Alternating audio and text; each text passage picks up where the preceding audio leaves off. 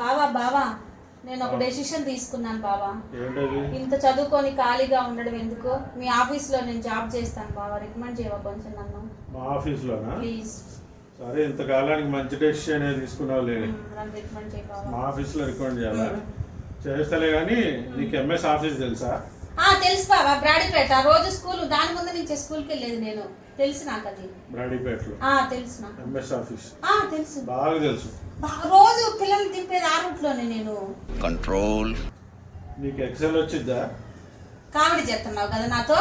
ఇంతలా ఉంటే నాకు ఎక్సెల్ ఎట్ వచ్చింది బావ, డబుల్ ఎక్సెల్ బావ నా సైజు. ఇంకా ఇన్ని రోజులైనా నా డ్రెస్ సైజ్ తెలియదు, డబుల్ ఎక్సెల్ వచ్చింది నాకు, ఎక్సెల్ యాడ్ వచ్చింది. సర్లే కానీ మీ హెచ్ఆర్కి ఫోన్ చేయి, పిచ్చి పిచ్చి క్వశ్చన్లు అన్నీ అడుగుతుంది. మీ హెచ్ఆర్కి ఫోన్ చేయ ఫోన్ ప్లీజ్ ప్లీజ్. కొంచెం సేపు ధ్యానం చేసుకొని చేస్తా.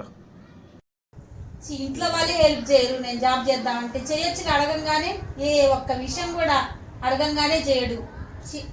పెళ్ళై 10 సంవత్సరాలు అయింది, నేను జాబ్ చేస్తానని అడగగానే గబగబా ఫోన్ తీసుకొని చేద్దామనే లేదు. అమ్మయ్య వెళ్ళిపోయిందా? ఇంకా మా హెచ్ఆర్ నా దేవుడే కాపాడాలి.